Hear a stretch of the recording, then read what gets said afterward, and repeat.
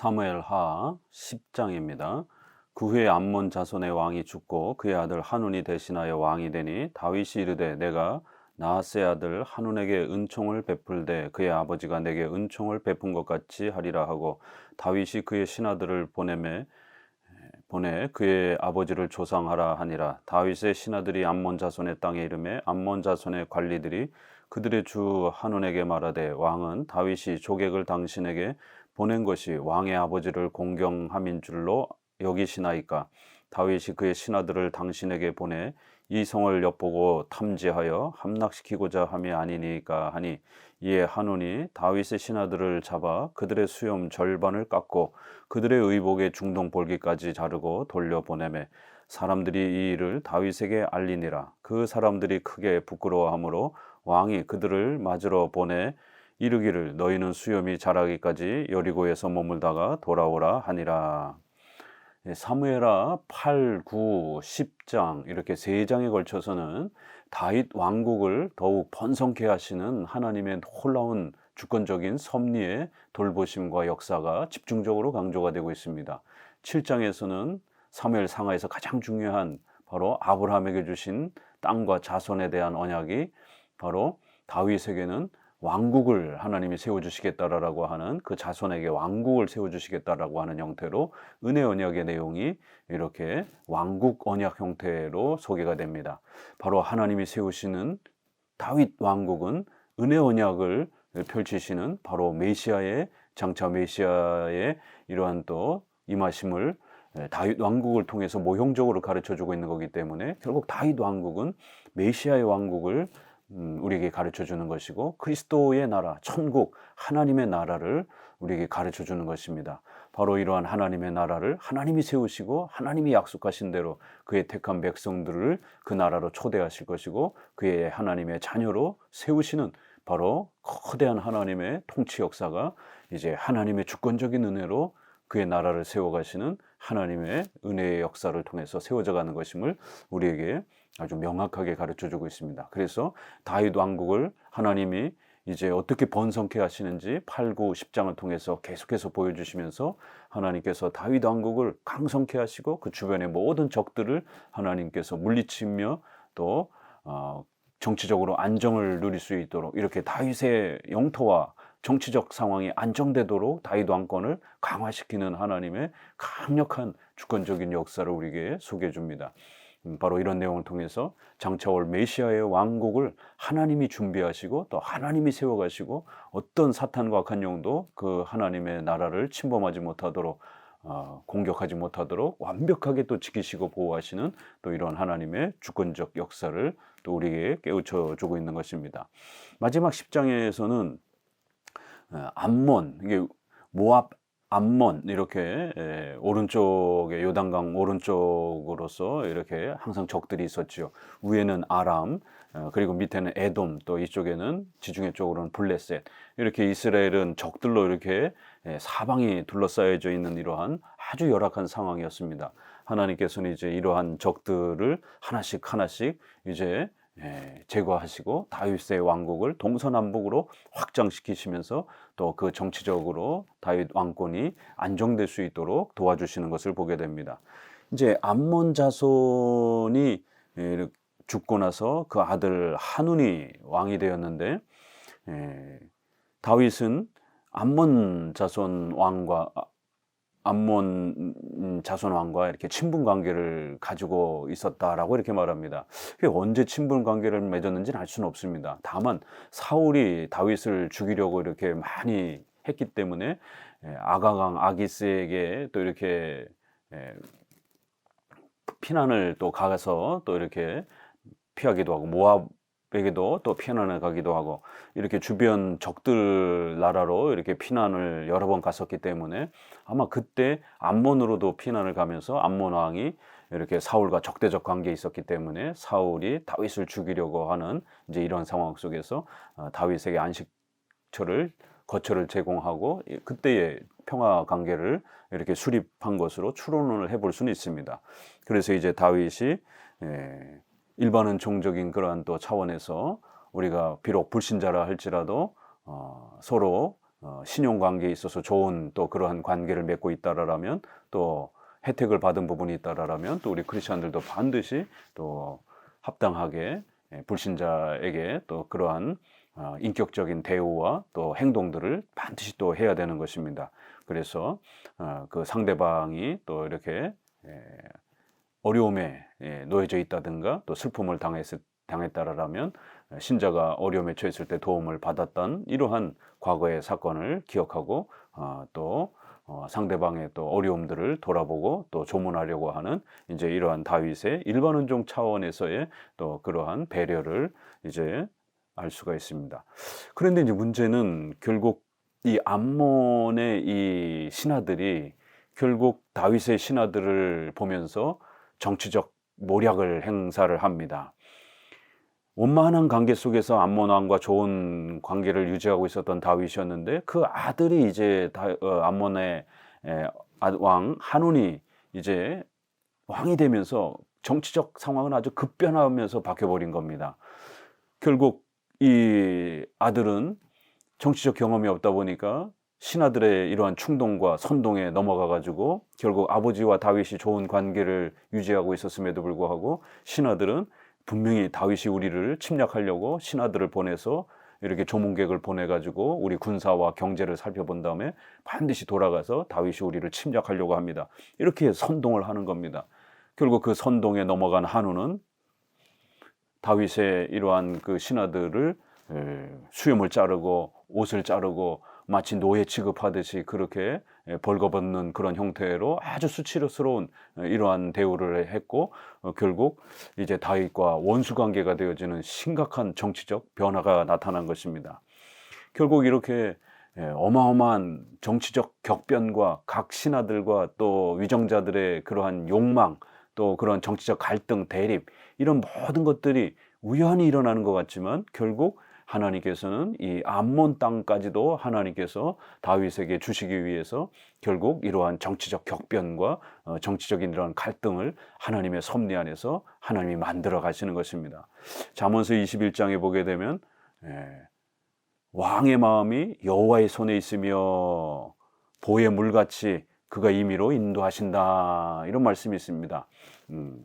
강의 그 물길을 이렇게 우리가 낼 때에 얼마든지 사람들이 그 물길을 낼 수 있는 것처럼, 이렇게 물이 흘러가는 그 물줄기를 낼 수 있는 것처럼, 이렇게 하나님은 왕의 그러한 정치적 야망, 또 정치적 실수, 또 신하들에게 선동되어지는 것, 또 그 위정자의 그러한 또 폭력적인 그런 행동, 이런 모든 것들이 하나님의 절대적인 주권 아래에서 하나님이 허락하시는 허용적 작정과 섭리의 이러한 통치 역사에서 그렇게 왕의 마음을 사용하셔서 하나님께서 다윗에게 또 이러한 영토를 허락하시기 위해서 암몬과 전쟁을 통해서 결국 그 암몬을 물리치고 암몬 땅을 다윗에게 또 주시기 위한 거대한 하나님의 주권적인 섭리의 위대한 또 그러한 계획 속에서 진행되어지고 있는 것을 우리는 또 볼 수가 있는 것입니다.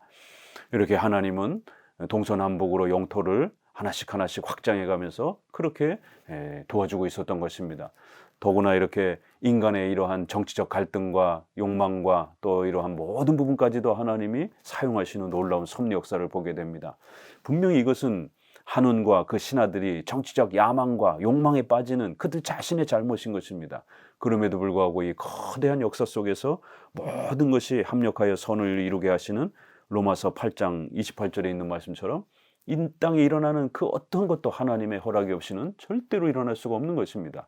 비록 그 죄에 대한 책임은 인간에게 있지만 그 모든 역사는 하나님이 주관하시고 다스린다라고 하는 것이 바로 하나님의 절대 주권, 작정, 섭리 교리의 의미인 것입니다.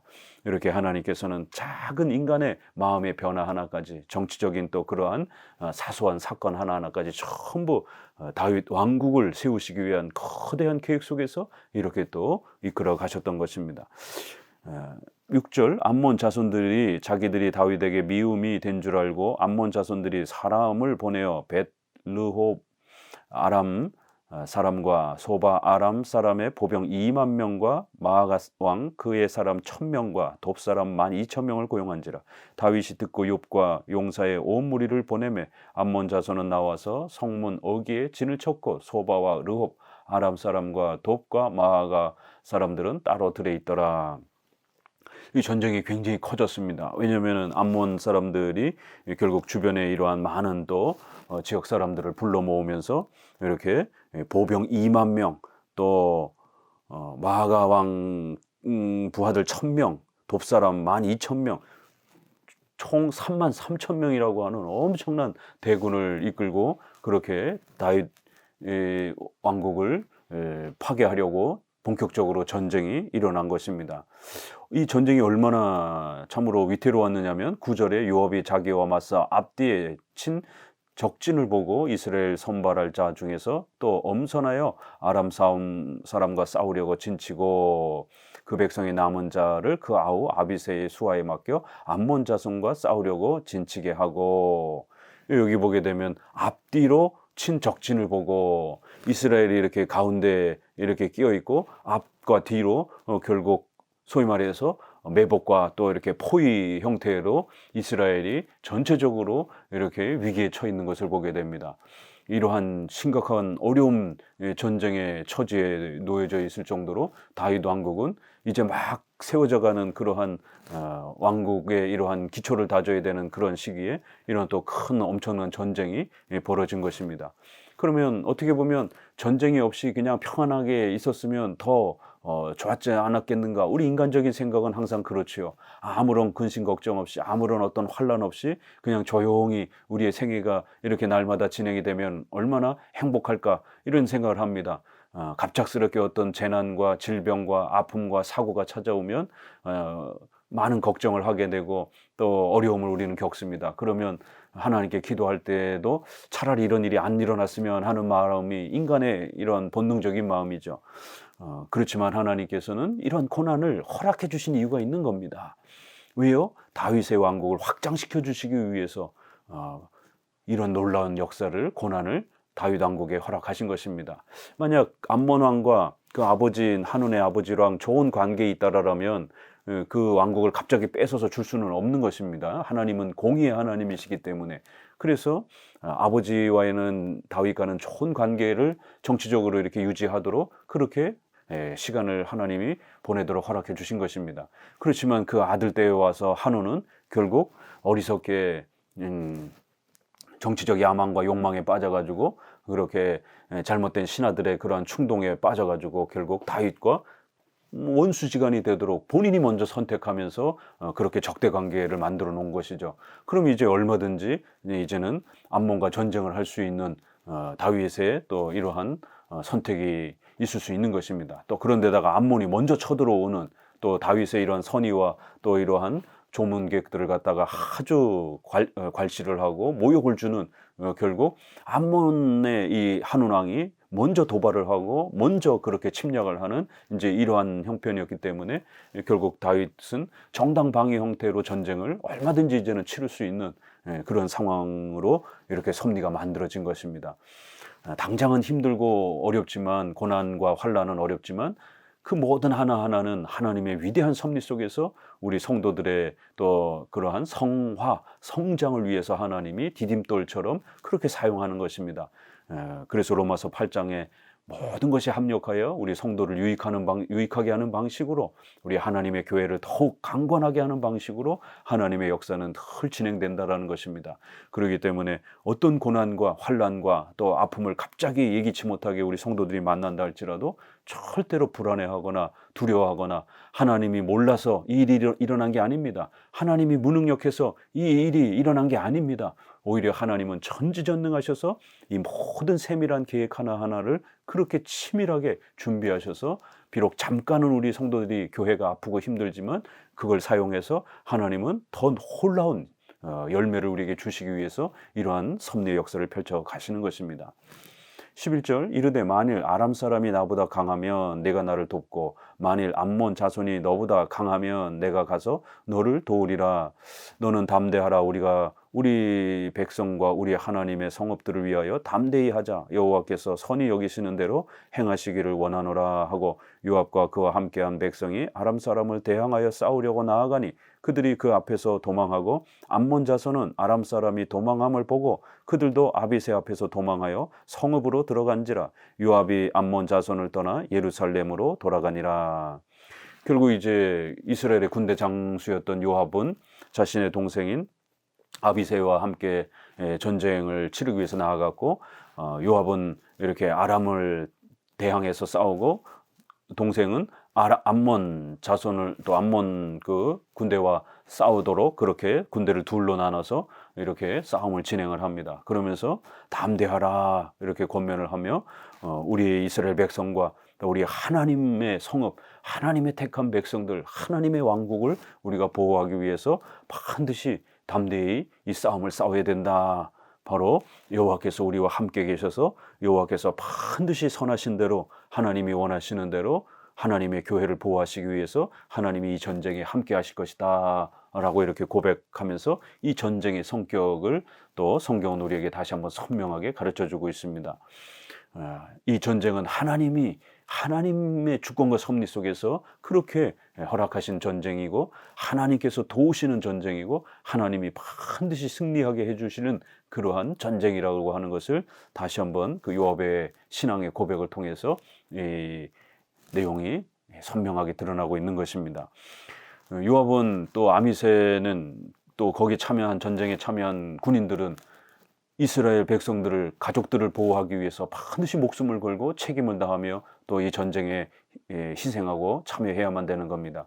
또 더 나아가서는 다윗 왕국은 그냥 왕국이 아니라 바로 먼 미래에 메시아가 또 다윗 왕국을 통해서 오시는 것이기 때문에 바로 메시아의 왕국을 보존하고 지키는 그러한 또 신앙적 또 목적과 내용도 있었기 때문에 이렇게 군인들과 이스라엘 백성들은 우리 가족들을 위하여 또 더 나아가서는 우리 하나님의 성읍을 지켜내기 위하여 반드시 우리는 목숨을 걸고 희생하면서 이 전쟁에 또 책임감 있게 행동해야 된다라고 또 고백하고 있는 것을 알 수가 있습니다. 성도들은 매 순간순간 이렇게 하나님 안에서 살아가면서 이러한 어려움과 고난을 맞게 되면 힘들죠. 그렇지만 우리 성도들은 이 땅에서 하나님의 백성으로 부름을 받고 그리스도의 몸된 신부로 부름을 받은 사람들입니다.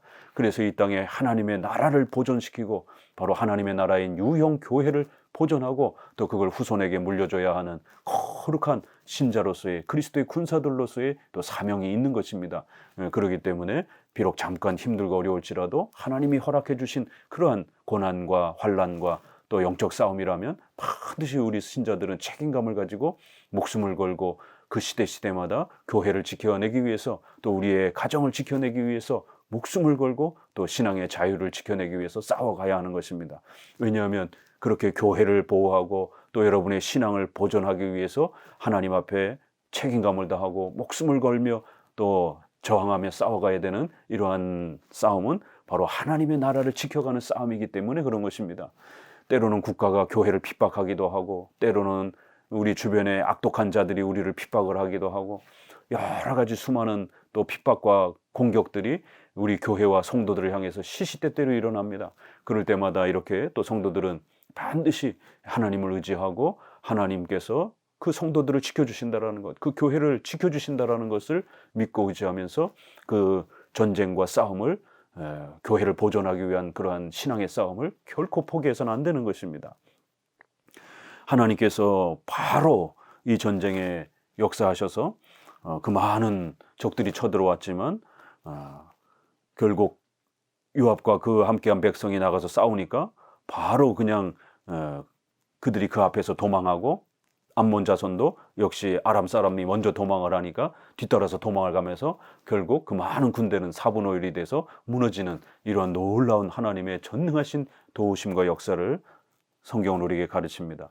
15절 아람 사람이 자기가 이스라엘 앞에서 패하였음을 보고 다 모임에 하닷에셀이 사람을 보내 강 건너쪽에 있는 아람 사람을 불러 내매 그들이 헬람의 이르니 하닷에셀의 군사령관 소박이 그들을 거느린지라. 어떤 사람이 다윗에게 알림에 그가 온 이스라엘을 모으고 요단을 건너 헬람의 이름에 아람 사람들이 다윗을 향하여 진을 치고 더불어 싸우더니 아람 사람이 이스라엘 앞에서 도망한지라. 다윗이 아람 병거 700대와 마병 4만 명을 죽이고 또 그 군사령관 소박을 치매 거기서 죽으니라. 하닷에셀에게 속한 왕들이 자기가 이스라엘 앞에서 패함을 보고 이스라엘과 화친하고 섬기니 그러므로 아람 사람들이 두려워하여 다시는 암몬 사람을 돕지 아니하더라.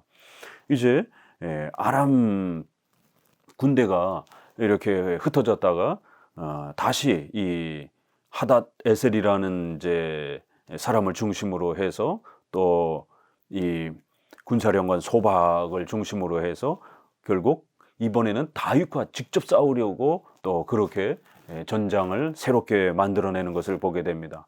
그리하여 온 이스라엘을 모으고 요단을 건너 헬람까지 이렇게 다다르면서 다윗 왕이 이렇게 또 있는 곳까지 쳐들어오면서 결국 이제는 다윗이 직접 나아가서 전쟁을 해야 하는 이런 위급한 상황이 또 닥친 것입니다.